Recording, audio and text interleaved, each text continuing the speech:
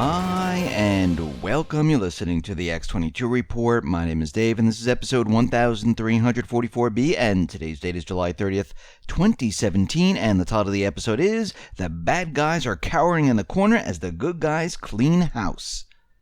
Now, before I get started, I just want to make an announcement. I uploaded an interview with Jim Willey. It is on the X22 Report Spotlight YouTube channel, so you can go over to YouTube and just type in X22 Report Spotlight. You'll see the interview there. You can also see the interview on the X22Report.com and NewsSentinel.com websites. Just scroll down, look over to your right-hand side, you'll see the video there. Or you can go to Steemit and you can view the interview on Steemit. And I have another announcement. Thank you for all those people who have been writing me emails asking if I was okay. Everything is fine. I was just visiting family, and the time frame of doing the report and getting to family and doing everything just didn't work out. And that's why there was no report on Friday. I thought I was going to be able to have time, but it just didn't work out. And that's why I'm doing a full report on Sunday. But once again, thank you for everyone that's been writing in and asking if everything is okay. Everything is absolutely fine. Thank you. Let's get into the economic collapse, political and geopolitical news. Now, as we can see, the repeal of Obamacare, that didn't go over very well.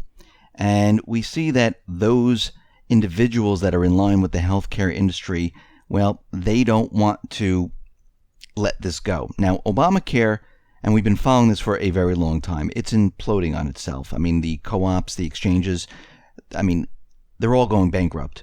There's no question that that is happening because we've been following it. We know that the insurance companies, they've been leaving. We know there's less and less people joining Obamacare. It's too expensive. They'd rather take the penalty.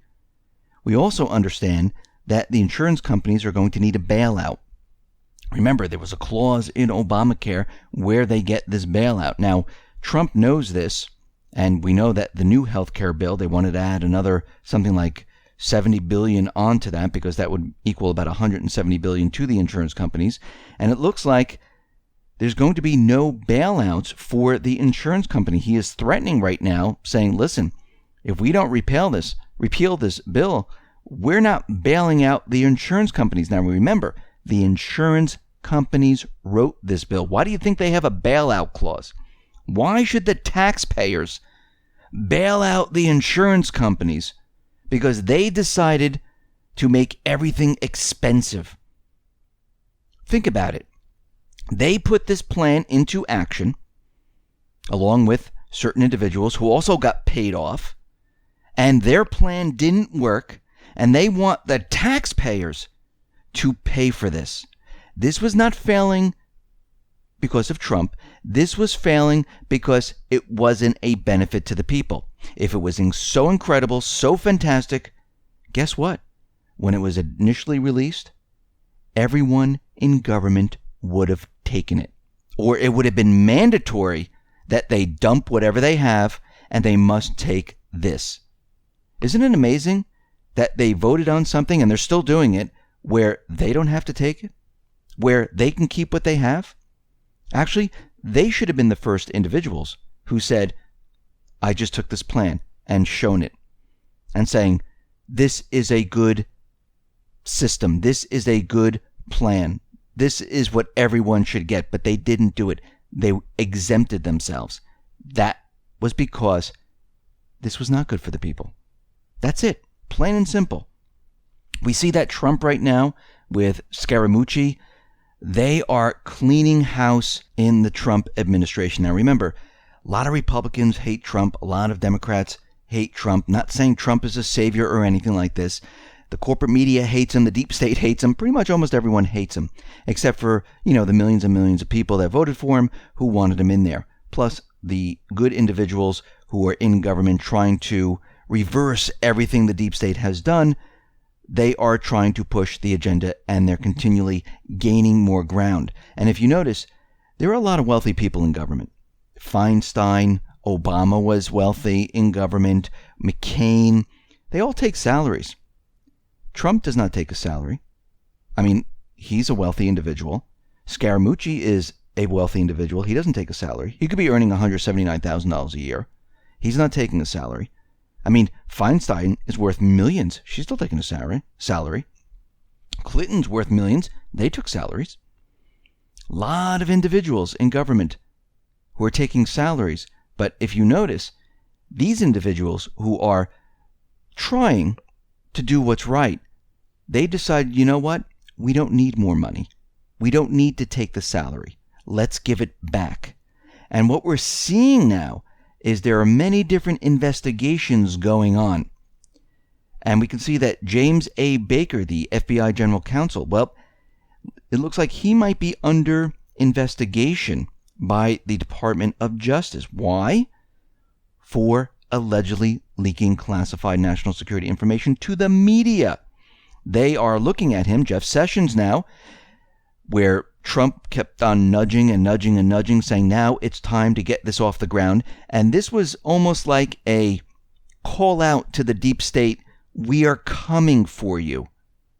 And I know the corporate media is out there, oh, Trump wants to get rid of him. He wants they want to send him to DHS. I think this was a war cry saying, here we come. Because you can see that there's a huge shakeup now. They got rid of Comey, got rid of a lot of other people. Priebus. I think there's going to be a lot more that's going to happen. And we can see right now that the House Judiciary, they are looking at a special counsel to investigate Comey, Lynch, and Clinton. And they just had a vote, and Trey Gowdy was one in there, and he voted yes. We need to get a special counsel. We need to appoint this special counsel to look into Comey, Lynch, the Obama administration, and Clinton. Now, what are they looking at? Well, they're going to be looking at Loretta Lynch, directing Mr. Comey to mislead the American people on the Clinton investigation. They're also going to look at Clinton, Secretary Clinton, and her involvement in mishandling classified information. They're going to be looking at the FBI and the Department of Justice investigative decisions related to Clinton's email investigation. They're going to be looking into Comey. They're going to be looking into many, many other things, one of them being the Clinton Foundation, which includes Russia and Ukraine, where there are other foreign entities using the Clinton Foundation to give her and Bill money. And there's a whole list of many different things that they're going to be looking into. So right now, we can see that the deep state, they're being pushed into a corner. They're cowering right now. They're very nervous and afraid. And I personally don't think this is going to stop. I think we're going to see a lot more happening. And again, the deep state, are they just going to sit back? No. They're doing whatever they possibly can to fight this in the only way they know how, to start a war. And they're trying to use their influence, and they still have a lot of influence in government. They still have a lot of rogue individuals in many different departments that are still feeding information to Trump to get him to do something completely different than what he really wants to do.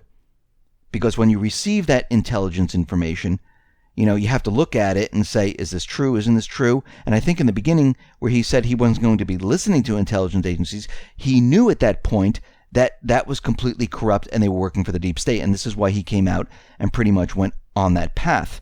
And he tried many different things, and I think many individuals within government are trying many things. And I think the two factions, the good guys, the bad guys, they are battling right now, and it's really coming out into the open.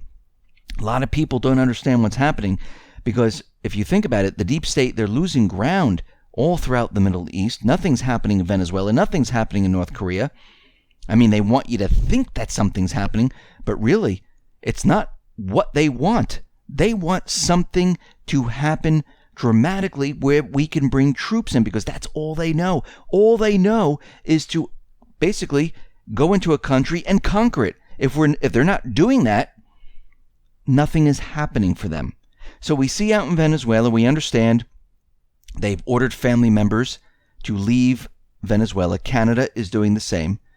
And we can see that the intelligence agencies are out there making it seem like something's going to happen in Venezuela. We see North Korea, they fired another missile. And of course, the Pentagon and the South Korean military is out there saying, yes, this is an ICBM. Oh my God, the missile now can reach, Chicago. And, they're going to continually do this. But once again, the deep state, they're trying to build all of this up with these fantastic headlines of scaremongering, fear-mongering. Now, of course, South Korea, the United States, they flew B-1B bombers. Japanese F-2 fighters were there. The South Korean F-15 fighters were there. And basically the deep state was flexing their muscles, saying, yeah, we're just going to be flying them around here to show North Korea that you better not do anything. Now, what's very interesting is that Russia, now, they monitor the entire area. They have their early warning systems. They monitor every missile that South Korea, North Korea, and all the other countries around that area fire. And they looked at the data, and they said this is not an intercontinental missile. It's an RBM, an IRBM. That is an intermediate range ballistic missile. And basically, this cannot hit Chicago. Now, North Korea is out there, and they're, of course, banging their chest saying, don't have regime change here. We already have the technology. That's what they want everyone to believe, because they know what's coming. Remember, they saw what happened in Libya. They saw what happened in Syria. They saw what happened in Ukraine, what happened in Iraq. They've seen this before. This is nothing new. And he's looking at Libya and saying, well, don't get rid of your nuclear weapons because look what happened to Libya. And then the United States and NATO and the rest invaded Libya. And we already know from Coates that Kim Jong-un, he's not crazy. He knows exactly what is happening. He knows that if he gets rid of his nuclear weapons or he stops this, the deep state is going to try to get in there and replace him. He knows this. And what we're looking at, Dan Coates, he understands that this is exactly what is going to happen. This is why Dan Coates came out and said, listen, he's not crazy. He understands what's going on here. Now, Trump is out there and he's looking towards China saying, oh, you're not doing a good job. And I personally, at this point, think this is a stall tactic. I think they're battling the deep state. They know that Kim Jong-un is not going to fire a missile into China, fire a missile into Russia, into South Korea. He's not going to fly a missile into the United States. This is just not going to happen. They're not going to attack anyone. And I think Trump realizes this. He puts this out there saying China's not doing a great job. This way he can just blame China is not doing it. And actually, without him really doing anything. Now, Nikki Haley is out there. She's completely a part of the deep state. And she's saying that talk time is over. Because remember, the deep state, they have red lines. They have black and white. They want to attack because they know the window is closing right now. The window of getting in there is closing, and they only have a certain amount of time. Now, we can see the deep state, they are pushing their agenda everywhere. Remember, they came out with a story that Russia is arming the Taliban in Afghanistan. And we know that really this is not true. This is a fake story that they put out there to convince everyone and hopefully convince Trump with this intelligence to get troops into Afghanistan. Now, I think Trump at this point realizes that they're full of it. And this is why he's saying that, we're not sending anyone just yet. I want to look at why we've been in there for 17 years. Now, why do they want to get back into Afghanistan so badly? Well, because Russia and all the other different factions, including the Taliban, they are working on a peace deal. Pakistan is going to be involved in this because Pakistan borders Afghanistan. So they're getting all the stakeholders together. They've already had a couple of meetings, and they're trying to work out a peace deal. And Russia and Pakistan, they have a common interest in bringing peace to this area, and including the Taliban and the rest. Now, remember, Afghanistan has a lot of minerals. They have a lot of natural resources. And the deep state wants to keep control of this. Yes, they have the poppy fields where the CIA uses this for covert operations as they sell it across the globe as opium. They want to keep all of this. And this is why they need to get in there sooner than later. This is why they want Trump to send a lot more troops, because they need to basically keep control of all of this. Now, they're pushing their case as hard as they possibly can, and they're publicizing this story through the corporate media, giving him intel reports, because a lot of people still in the intelligence community are part of the deep state. They want him to go in there. So, of course, they're playing the Russia card that they're arming the Taliban, and we need to get in there very, very soon, or else there's going to be peace. And there's no reason for the U.S. to stay in Afghanistan if there's peace. And this is what they're fighting against. So the window is closing in North Korea. The window is closing in Afghanistan. And we see out in Syria, the window is closing there, and Russia and Syria are moving closer and closer to victory. We see Russia is inviting all the BRICS nations to unite against terrorism. Unite against the paid mercenaries of the deep state. That means they're not going to support them. That means they're going after them. And remember, the BRICS, they are part of this new economic system. The main international group is Brazil, Russia, India, China, and South Africa. And there's a lot of major emerging economies that are part of this. And you have to remember that the 5 major emerging economies, they constitute about half of the world's population and 30% of the global economic output. And we see at this point that all these things happening at once, well, they are surrounding and basically closing the window everywhere on the deep state, the bad guys. Now we see the Senate, they push through a bill where they're going to add more sanctions to Russia and Iran. Now, the bill passed by 98-2. This is pretty much a veto-proof bill. Now, it's going to head to Trump's desk. Doesn't matter what he does at this point, because if he vetoes it, they're still going to put it through. And we see at this point that Trump does have a decision, and this is actually going to benefit Russia, because Europe has already said, listen, if you do this, this is going to hurt our countries. Corporations here in America saying, if you do this, this is going to hurt our sales across the world. And this is already done no matter what Trump does. I think maybe he's trying to figure out something else. Maybe he has a Trump card, no pun intended. Maybe he has something else to play. But when this does happen, these countries, Germany and the rest, they will move closer to Russia and further away from the United States. So we can see that whatever they're doing, all these sanctions, they're going to backfire. Now, Russia has already come out and said that, yes, 755 U.S. diplomats, they're going to leave Russia. Now, the reason for this is that they're getting rid of these operatives inside of Russia. This is part of the deep state. And I believe that Trump and Russia, this was an agreement. They want to clean house right now and bring in other individuals. Because remember, over time, the deep state intelligence officers, they've infiltrated many of these offices. And right now, this is being used to clean house at this point.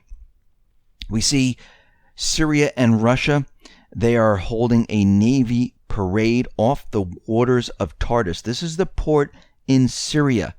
And they're showing that, listen, Russia's going nowhere, Syria's going nowhere, and we're going to be here for a very long time. We see the deep state, well, again, they're not giving up in what they're doing. They're not done just yet. We're getting reports that the deep state is still funding the moderate rebels in Russia, and they're still training them.